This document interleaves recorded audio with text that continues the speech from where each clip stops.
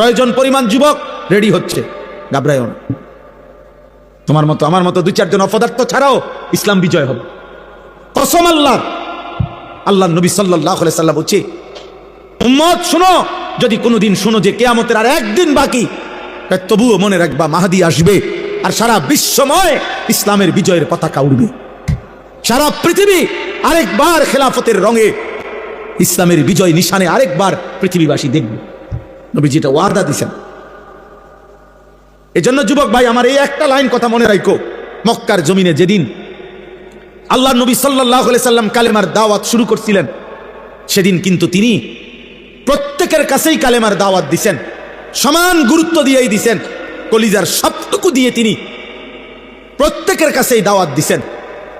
কিন্তু মহান আল্লাহ পাক রব্বুল আলামিন বলছিলেন, বন্ধু দাওয়াত আপনি দিতে থাকেন, আপনি বলতে থাকেন, কিন্তু আপনার জন্য যে কয়জন সাহাবা লাগবে আর আমার ইসলাম বিজয়ের জন্য বিশ্বময় যে কয়জন মোমেন সাহাবী লাগবে আপনার, এটা আমি নেব, আমিই নেব। লাগবে যে কয়জন আমিই নেব, যাদেরকে আমি চাই নেব, যাদেরকে আমি চাই নেব না। আপনি বলতে থাকেন।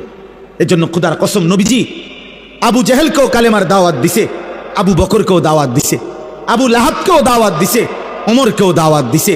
আসমানওয়ালা রব আরশ আজিমের মালিক আল্লাহ বলছে, বন্ধু আবু বকরকে আমি নিলাম, আবু জেহেলকে আমি নিলাম না, ওমরকে আমি নিলাম, আবু লাহাবকে আমি নিলাম না, ওসমানকে আমি নিলাম, উতবাকে আমি নিলাম না, আলীকে আমি নিলাম, শাইবাকে আমি নিলাম না। অথচ আল্লাহর কসম এরা যেই বংশের সাহাবী, ওরাও একই বংশের বেঈমান। আবু জেহেলও কুরাইশ, আবু বকরও কুরাইশ, আবু লাহাবও কুরাইশ, ওমরও কুরাইশ। অতএব এটা বুঝতে শেখো ভাই, একটা ছেলেই বুঝো। আমি বললাম না সবার সমর্থন দিয়ে আমি করবো কি, আমি তো ভোটে দাঁড়াইছি না। আমার দরকার এই কথাটা বলা যে ভাইয়া আল্লাহ বলছে, বন্ধু আমি আবু বকরকে নিলাম, আবু জেহেলকে নিলাম। তো যেন আল্লাহ আবু জেহেলকে বলছে, বেঈমান তোকে ছাড়াও আমার ইমানের বিজয় হবে, আমার ইসলাম বিজয় হবে, আমার কালেমার বিজয় হবে। তাইলে দোস্ত, মালিক যদি ইসলামের জন্য, দ্বীনের জন্য, ইমানের জন্য আল্লাহ যাকে নেওয়ার তাকে তো নিবেনি। যদি তোমারে না নেয়, তুমি যদি মাহদী না চিনো, তুমি যদি দাজ্জালের হাত থেকে ইমান বাঁচাইতে না পারো, আগামী দিনে যদি আল্লাহ তাআলা তোমাকে দ্বীনের জন্য না নেয়, কেমনে নিবে? 365 দিনে খোদার 1 বছরে তুমি কোনো দিন ফজরের নামাজ পড়লা না, মহান মালিক তোমারে কেন তার দ্বীনের জন্য নিবে? সারা রাত যার কাটে মোবাইলের নারী ছবি দেখে, তোমারে আল্লাহ তার কালেমার বিজয়ের জন্য কেন নিবে? বছরের পর বছর যায় যারা হারাম রোজগারে, তারে আল্লাহ তাআলা জান্নাতের জন্য কেন নিবে? আল্লাহর জান্নাতের লোকের কি ঘাটতি পড়ে গেছে, অভাব পড়ে গেছে? তাহলে এই জন্য বেশি গুরুত্বপূর্ণ এটা, এ কথা বুঝা যে আমাকে আল্লাহ তাআলা দ্বীনের উপরে রাখবে কিনা। হ্যাঁ, এটা যদি না হয়, আল্লাহ যদি পছন্দ না করে, আল্লাহ যদি বলে ওয়ালা তাকুনু কাল্লাযীনা নাসুল্লাহা ফাআনসাহুম আনফুসাহুম, কোরআনে আল্লাহ বলছে, বান্দা আমার এই পরিমাণ ভুলে যেও না।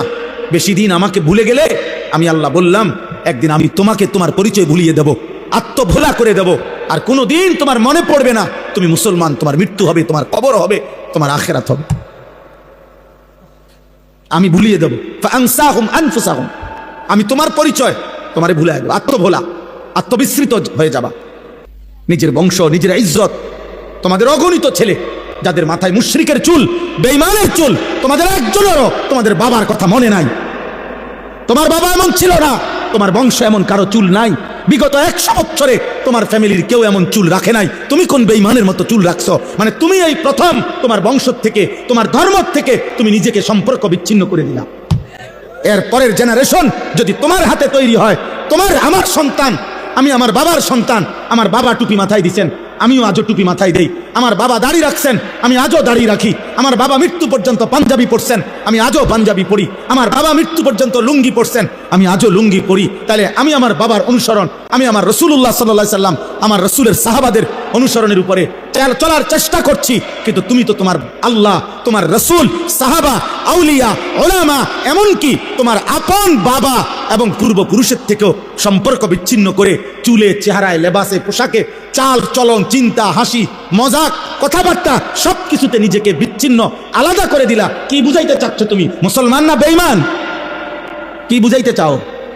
কি বলতে চাচ্ছ তুমি? তোমার মতো ব্যাড না হইলে ইসলাম টিকবে না, না? কি মনে করছো আব্বা? তোমাদের মতো বেনামাজি ছাড়া ইসলাম টিকবে না? গত আমলে বাংলাদেশের সমস্ত পণ্যের দাম উঠানামা করে, একটা পণ্যের দাম কমে আবার বাড়ে। আচ্ছা, এটা সবসময় একটা চলমান ধারা। কিন্তু যেই চামড়া বিক্রি করতো স্বাভাবিকভাবে 2000-2200 টাকা, 2500 টাকা, কমসে কম 3000 টাকা, এইটারে সূক্ষ্মভাবে সিন্ডিকেট করে, কৌশল করে এই ফ্যাসিস্টের দোসররা গত আমলে কৌশল করে, পরিকল্পনা করে বলছে যে কওমি মাদ্রাসার হুজুরদের বছরে একটা বড় আয়ের উৎস চামড়ার টাকা। ওরা চামড়ার টাকা দিয়া তাদের বোর্ডিং চালায়, তাদের একটা বড় আয়ের উৎস। এই জন্য ঠান্ডা মাথায় কৌশল করে চামড়ার মূল্যটাকে এমনভাবে নামায় লাইছে, এটার দাম হয়ে গেছে 100 টাকা, 200 টাকা।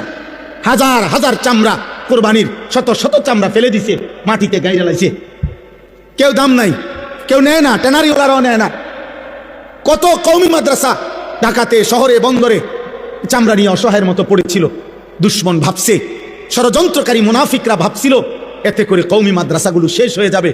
কিন্তু আজকে 17 বছর পরে ফ্যাসিস্ট পলায়ন করেছে, একটা কওমি মাদ্রাসাও বন্ধ হয় নাই, একটাও না। অতএব রিজিক জমিনে না, রিজিক আসমানে। কারো ষড়যন্ত্রে ইসলাম সূর্যের মতো। প্রিয় ভাই, প্রিয় বাবা, আমার মোহতারাম মাওলানা মুফতি আমজাদ হোসেন সাহেব এই মাত্র শুনাইছেন আফগানের কথা। ইসলাম এটাই বলে, ইসলাম এক সূর্যের মতো, যে সূর্য যদিও এক জায়গায় ডুবে যায় কোনো কারণে কিছুক্ষণ, কিন্তু অন্য জায়গায় উদিত হয়। একই সাথে পৃথিবীতে কখনোই একই মুহূর্তে অন্ধকার হয় না। বুঝেন নাই? এই মুহূর্তে এখানে না অন্ধকার, বাংলাদেশে, সারা পৃথিবীতে এখন অন্ধকার।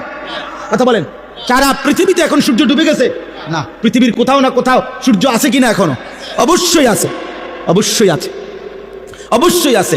ইসলাম এমন সূর্যের মতো।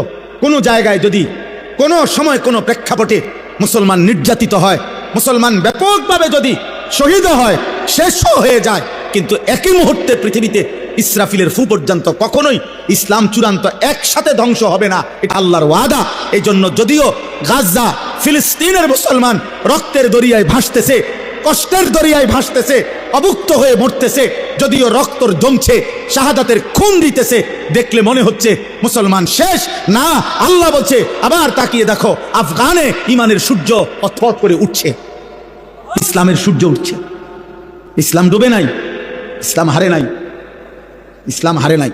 যারা পৃথিবী একবার হলেও, গোটা ইউরোপ, গোটা উন্নত বিশ্বের সমস্ত পরাশক্তি একবার হলেও, একাকি হলেও কলজার মধ্যে একটা কাঁপ দেয় শুধু একবার আফগানের নাম উচ্চারণ। এ মুসলমান হজ্জের মধ্যে আমরা দেখছি বারবার এ তাওয়াফ করতে করতে, আল্লাহর ঘরের মধ্যে তাওয়াফের সময় যে কোনোখানে আফগানি একটা মানুষ, ওরে দেখলে বুঝা যায় আলগা কিছু, আলাদা মানুষ, এক বাহাদুর, এক বীর, এক মর্দে মুজাহিদ। অতএব ইসলাম হারে নাই বাবা। হাজার মুসলমান আবার দাঁড়াবে। একদিন ভোর হলে শুনবা বাপ, ফিলিস্তিনেও বিজয়ের পতাকা উঠছে। একদিন শুনবে ইসরায়েলের বেঈমান হেরে গেছে। ইনশাআল্লাহ, ইনশাআল্লাহ, ইনশাআল্লাহ। ইমামে মাহদি ফজরের নামাজ পড়ে ঈসা আলাইহিস সালাম সহ দাজ্জালের বাহিনী আর ইহুদির বাহিনীর বিরুদ্ধে ফজরের নামাজের মুসল্লিদেরকে নিয়ে রওনা হবেন। কসম খোদার, এটাই কিতাবের ভবিষ্যৎবাণী যে ফজরের নামাজ